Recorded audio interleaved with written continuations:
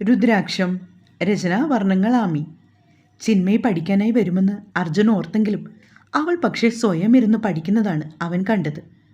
1-2 തവണ അവൻ വിളിച്ചപ്പോൾ തനിക്ക് ആരുടെയും സഹായം ആവശ്യമില്ലെന്ന് പറഞ്ഞ് അവൾ ഒഴിഞ്ഞു മാറി. ഇന്നലെ വരെ ഞാൻ ഒറ്റയ്ക്കിരുന്നാണ് പഠിച്ചത്. എനിക്കാരുടെ ഹെൽപ്പൊന്നും വേണ്ടി വന്നിട്ടില്ല. ഇനിയും അത് അങ്ങനെയൊക്കെ തന്നെ മതി. അഥവാ ആവശ്യമുണ്ടെങ്കിൽ ഞാൻ വിളിച്ചോളാം. പിന്നീട് അർജുൻ പോയിട്ട് ഏതോ ബുക്സൊക്കെ വായിച്ചുകൊണ്ട് റൂമിലിരുന്നു. രാത്രി ഭക്ഷണം കഴിക്കാൻ നേരത്ത് ചിമ്മു അവൾ ഉണ്ടാക്കിയ കഞ്ഞിയും പയറും കൂടി എടുത്തു. ശേഷം അമ്മ കൊടുത്തുവിട്ട അച്ചാറും കൂട്ടി അവൾ ഒറ്റയ്ക്കിരുന്ന് കഴിക്കുകയായിരുന്നു. കുറച്ചു കഴിഞ്ഞതും അർജുൻ ചെന്നിട്ട് അവനുള്ളതും എടുത്ത് സ്വയം കഴിച്ചു. കഴിച്ച പാത്രങ്ങളൊക്കെ കഴുകിയ ശേഷം അർജുൻ വന്ന് നോക്കിയപ്പോൾ തലേ ദിവസം കിടന്ന അതേ സ്ഥലത്ത് കിടന്ന് ചിമ്മു ഉറങ്ങുകയാണ്. ഡി ആമി, അവൻ 4-5 തവണ വിളിച്ചെങ്കിലും ചിന്മയി കണ്ണ് തുറക്കാതെ കിടന്നു. ബെഡ്റൂമിൽ വന്ന് കിടക്കാൻ നോക്കടി, നീ ഉറങ്ങിയിട്ടില്ലെന്ന് എനിക്ക് അറിയാം കേട്ടോ, അർജുൻ ദേഷ്യത്തിൽ പറഞ്ഞു. പക്ഷേ ചിമ്മു അനങ്ങാനേ പോയില്ല. ഒടുവിൽ തൻ്റെ ശരീരം വായുവിലൊന്ന് ഉയർന്നു പൊങ്ങിയതും പെണ്ണ് പെട്ടെന്ന് കണ്ണു തുറന്നു. അർജുൻ്റെ നെഞ്ചിലേക്ക് ചേർന്ന് കിടക്കുവാണവൾ. കുതിറി ഇറങ്ങാൻ ശ്രമിച്ചതും അവൻ ഇത്തിരി കൂടി അമർത്തി പിടിച്ചു. നിന്നെക്കൊണ്ട് അനുസരിപ്പിക്കാൻ പറ്റുമെന്ന് ഞാൻ നോക്കട്ടടി പുല്ലേ, പല്ല് ഞെരിച്ചു പറഞ്ഞുകൊണ്ട് അർജുൻ ബെഡ്റൂമിൽ എത്തിയ ശേഷം അവളെ കിടക്കയിലേക്ക് കിടത്തി. ചിമ്മു എഴുന്നേറ്റ് മാറും മുമ്പേ അർജുനും അവളുടെ ഒപ്പം കയറി കിടന്നുകൊണ്ട് അവളെ വട്ടം ചുറ്റി പിടിച്ചു. അയ്യേ, എന്താ ഇത്, ഒന്ന് മാറുന്നുട്ടോ, ചിമ്മു ബഹളം കൂട്ടി. എന്നാൽ അതൊന്നും കേൾക്കാതെ കൊണ്ട് അർജുൻ അവളുടെ വയറിൽ ഇത്തിരി കൂടി മുറുക്കി പിടിച്ചു. എന്താ ഇത്, മര്യാദയ്ക്ക് വിടുന്നുണ്ടോ?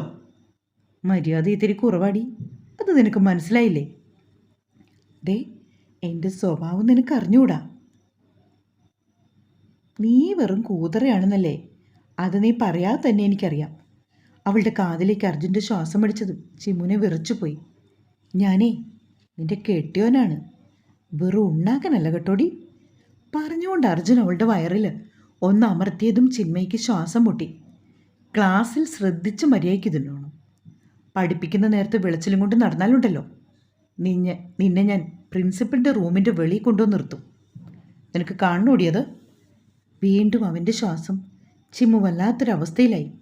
അർജുൻ്റെ അടുത്ത് നിന്റെ യാതൊരു തരികിടയും നടക്കില്ല.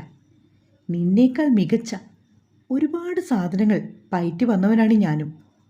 അതുകൊണ്ട് എൻ്റെ പൊന്നു മോളുടെ യാതൊരു ഇടപാടും അർജുൻ്റെ അടുത്ത് വില പോകില്ല കേട്ടോ, അവൻ വീണ്ടും പറഞ്ഞു. ഒപ്പം അവളുടെ കാതിൽ അവൻ്റെ നാവ് സ്പർശിച്ചോ എന്ന് ചെറിയൊരു സംശയം ചിമ്മുവിന് തോന്നി. തോന്നലല്ല, അത് ശരിയാണെന്ന് തിരിച്ചറിഞ്ഞ നിമിഷം ചിമ്മു ശക്തമായി അർജുൻ്റെ കൈ പിടിച്ചു മാറ്റി. എന്നിട്ട് എഴുന്നേക്കാൻ തുടങ്ങിയതും അർജുൻ അവളുടെ ദേഹത്തേക്ക് കയറിക്കിടുന്നതും ഒരുമിച്ചായിരുന്നു. ഓർക്കാപ്പുറത്തുള്ള അവൻ്റെ പ്രവൃത്തിയിൽ ചിമ്മുവിന് അനങ്ങാൻ പോലും പറ്റാതായി. എനിക്ക് ശ്വാസം മുട്ടുന്നു എന്നൊരു തരത്തിൽ അവൾ പറഞ്ഞു. അവളുടെ അവസ്ഥ കണ്ടതും അർജുൻ നേരെ കിടന്നു. എന്നിട്ട് ഒറ്റ കുതിപ്പിന് അവളെ പിടിച്ച് നെഞ്ചിലേക്കിട്ടു. മര്യാദയാണെങ്കിൽ നിന്റെ പഠിപ്പ് കംപ്ലീറ്റ് ചെയ്യാം, അല്ലെങ്കിൽ എൻ്റെ കൊച്ചിരമ്പളത്തിൽ ഇവിടെ ഇരിക്കാം. ഏതാ വേണ്ടത് നീ തീരുമാനിച്ചോളൂ, അർജുൻ പറഞ്ഞതും ചിന്മയി അമ്പരന്നുകൊണ്ട് കണ്ണു മിടിച്ച് അവനെ നോക്കി. എന്താടി, ഞാൻ പറഞ്ഞത് നിനക്ക് മനസ്സിലായില്ലെന്നുണ്ടോ? തൻ്റെ നെഞ്ചിൽ കിടക്കുന്നവളെ ഇത്തിരി കൂടി അമർത്തിയതും അവളുടെ മാറിടങ്ങൾ അവൻ്റെ നെഞ്ചിൽ പതിഞ്ഞു. ഇരുവരുടെയും ശരീരത്തിൽ വല്ലാത്തൊരു പ്രകമ്പനം പോലെ തോന്നിയതും അർജുൻ്റെ കൈകൾ അല്പം അയഞ്ഞു. ആ തക്കം നോക്കി ചിമ്മു അവൻ്റെ ശരീരത്തിൽ നിന്നും കട്ടിലേക്ക് ഊർന്നിറങ്ങിക്കിടന്നു. ചുവരിലേക്ക് ചേർന്ന് അനങ്ങാതെ ശ്വാസം മുട്ടി കിടക്കുന്നവളെ കണ്ടതും അർജുൻ്റെ ചുണ്ടിലൊരു പുഞ്ചിരി വിരിഞ്ഞു. ഇത്രയേ ഉള്ളൂ നീ, അത് ഓർമ്മിച്ചാൽ കൊള്ളാം. ഇല്ലെങ്കിൽ ഞാൻ കുറച്ചു മുന്നേ പറഞ്ഞ കാര്യത്തിൽ യാതൊരു മാറ്റവും ഉണ്ടാവില്ല കേട്ടോ. അവളുടെ പിൻകഴുത്തിൽ തൻ്റെ നാസിക മുട്ടിച്ച് അർജുൻ പറഞ്ഞതും ചിമ്മു വീണ്ടും ചുവരിലേക്ക് ഒട്ടിച്ചേർന്ന് കിടന്നു. ഈ ചുവരും പറിച്ചുകൊണ്ട് നീ അപ്പുറത്ത് പോയി കിടക്കൂടി, അർജുൻ്റെ വാക്കുകൾ കേട്ട് ചിമ്മു പുതപ്പെടുത്ത് തലവഴി മൂടിക്കിടന്നു. താൻ തന്നെയാണോ ഇവളോട് ഇങ്ങനെയൊക്കെ പെരുമാറുന്നത് എന്നൊരു ആത്മപരിശോധന നടത്തുവാണ് അർജുൻ. തനിക്ക് എന്താണ് സംഭവിക്കുന്നതെന്ന് അവനും ഒരു വേള ഓർത്തു. പെണ്ണൊന്ന് പിണങ്ങിയപ്പോൾ, അവളുടെ കണ്ണീര് കണ്ടപ്പോൾ, അവൾ മിണ്ടാതായപ്പോൾ, താൻ കൊടുത്ത ഭക്ഷണം അവൾ കഴിക്കാതെ മാറ്റിവെച്ചപ്പോൾ തൻ്റെ ഉള്ളിൻ്റെ ഉള്ളിലുണ്ടായൊരു വേദന, അതെത്രത്തോളമാണ് തന്നെ പിടിച്ചുളിച്ചതെന്ന് ഓർത്തുകൊണ്ട് അർജുൻ പുഞ്ചിരിയോടെ മുകളിലെ മച്ചിലേക്ക് ഇറങ്ങുന്ന ഫാനിൽ നോക്കിക്കിടന്നു. തൊട്ടരികിൽ കിടന്നവളുടെ ഉള്ളിലും ഇതൊക്കെ തന്നെയാണ് ഭാവം. ഈ മനുഷ്യനിത് എന്തു പറ്റി? ഇങ്ങേരെന്താ വല്ല അന്യനും കളിക്കുവാണോ? കോളേജിലാണെങ്കിൽ അമ്പി, ഇവിടെ വരുമ്പോൾ റെമോ. മഹാദേവ, കുറച്ച് മുന്നേ പറഞ്ഞതുപോലെ എനിക്ക് ഇങ്ങേര് വല്ല പണിയും തരുമോ? ഓർത്തതും അവളുടെ വലത് കൈ തൻ്റെ അടിവയറ്റിലേക്ക് പതിഞ്ഞു. കിടന്നുറങ്ങാൻ നോക്കാമീ. നേരം കുറേ ആയാലോ നീ ചിന്തിച്ച് കൂട്ടാൻ തുടങ്ങിയിട്ട്. അർജുൻ്റെ ശബ്ദം കേട്ടതും ആമി കണ്ണുകൾ ഇറുക്കി അടച്ചു. അതിരാവിലെ തന്നെ അർജുൻ ഉണർന്നു. മുഖം ചരിച്ചു നോക്കിയപ്പോൾ ചുവരിനോട് ചേർന്ന് കിടന്നുറങ്ങുന്ന ചിമ്മുനെയായിരുന്നു കണ്ടത്.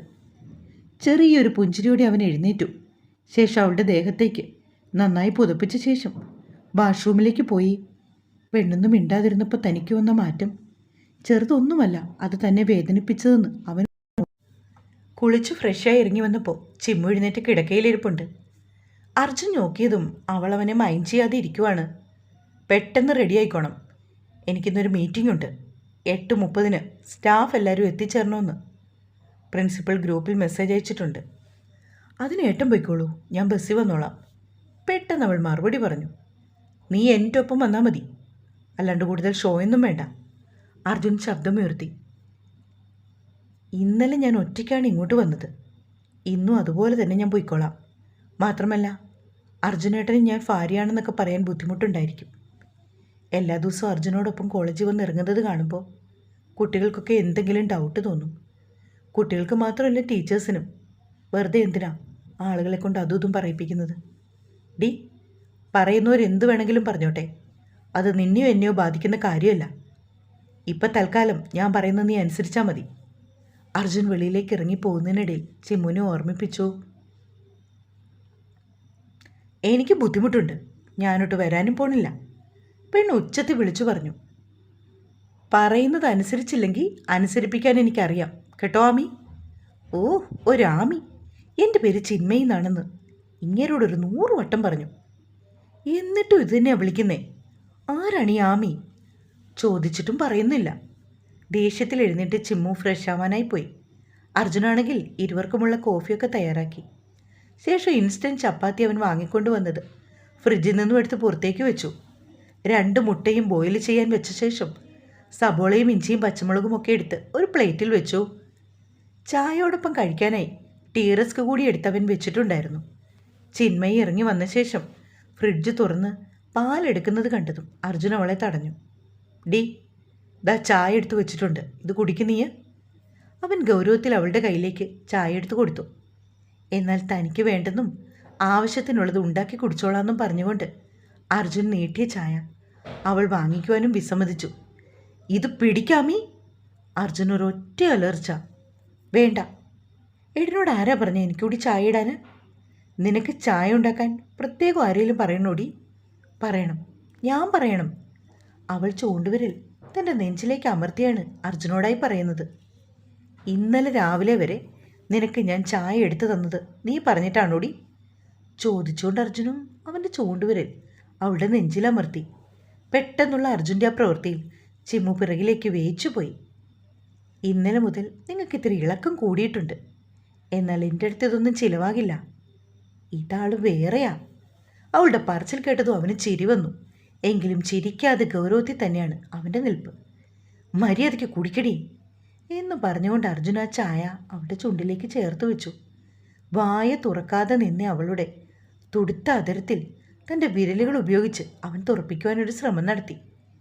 ചിമ്മുവിൻ്റെ മിഴികൾ മേൽപോട്ട് തള്ളി. അവൾ അവനെ ഉറ്റുനോക്കി. അവളുടെ പൂവ് പോലെ മൃദുലമായ അതരത്തിൽ തൊട്ടതും അവൻ്റെ ഉള്ളിലും ഒരു സ്പാർക്കായിരുന്നു. ചിമ്മുവിൻ്റെ ശ്വാസം പോലും ഉയർന്നു പൊങ്ങി. കുടിക്കാമി, അർജുൻ പെട്ടെന്ന് പറഞ്ഞതും ചായ മേടിച്ച് അവൾ ഒറ്റ ഇറുക്കിറുക്കി. Good girl. അവൻ അവളുടെ കവിളിൽ ഒന്ന് തലോടി. മുഴുവനും കുടിച്ചിട്ട് മര്യാദയ്ക്ക് ആ സവാളയും ഇഞ്ചിയും ഒക്കെ തൊലി കളഞ്ഞു വെക്ക്. ഞാനിപ്പോൾ വരാം, ഫോൺ റിങ് ചെയ്യുന്നുണ്ട്. അർജുൻ അടുത്തുനിന്ന് പോയതും ചിമ്മു അമ്പരന്നു. ഈശ്വര, ഇതെന്തൊക്കെയാണ് ഈ നടക്കുന്നത്? ഈ മനുഷ്യൻ എന്നെയും കൊണ്ടേ പോവൂ. ആമി, നീ എന്താലോചിച്ചിരിക്കുവാടി? അത് മൊത്തം കുടിക്ക്, ഇല്ലെങ്കിൽ ഞാൻ ഇനിയും വന്ന് നിന്നെ കുടിപ്പിക്കേണ്ടി വരും. ഒറ്റ ഇരിപ്പിന് തന്നെ അവൾ അത് മുഴുവൻ കുടിച്ചു. എന്നിട്ട് അർജുൻ പറഞ്ഞ പോലെ സവാളയൊക്കെ കൊണ്ടുവന്ന് തൊലി കളയാൻ തുടങ്ങി. ജോലിയൊക്കെ ചെയ്യുന്നുണ്ടെങ്കിലും പെണ്ണപ്പോഴും സ്വപ്നലോകത്ത് തന്നെയാണ്.